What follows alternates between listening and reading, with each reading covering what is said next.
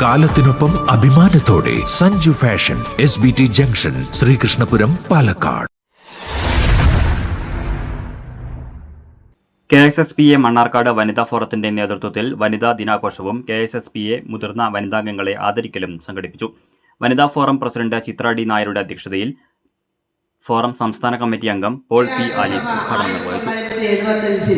വനിതകളെ ആദരിക്കുന്നതിന് വേണ്ടി വനിതാ ദിനം ആദ്യമായി മാർച്ച് 8-നാണ് പ്രാബല്യത്തിൽ കൊണ്ടുവന്നത്, വനിതാ ദിനമായി പ്രഖ്യാപിച്ചത്. അന്താരാഷ്ട്ര വനിതാ വർഷമായി 1975 ആചരിക്കുകയും ചെയ്യും. ഇന്ന് 50 വർഷങ്ങൾ പിന്നിടുകയാണ്. അസീസ് ഭീമനാട് മുഖ്യപ്രഭാഷണം നടത്തി.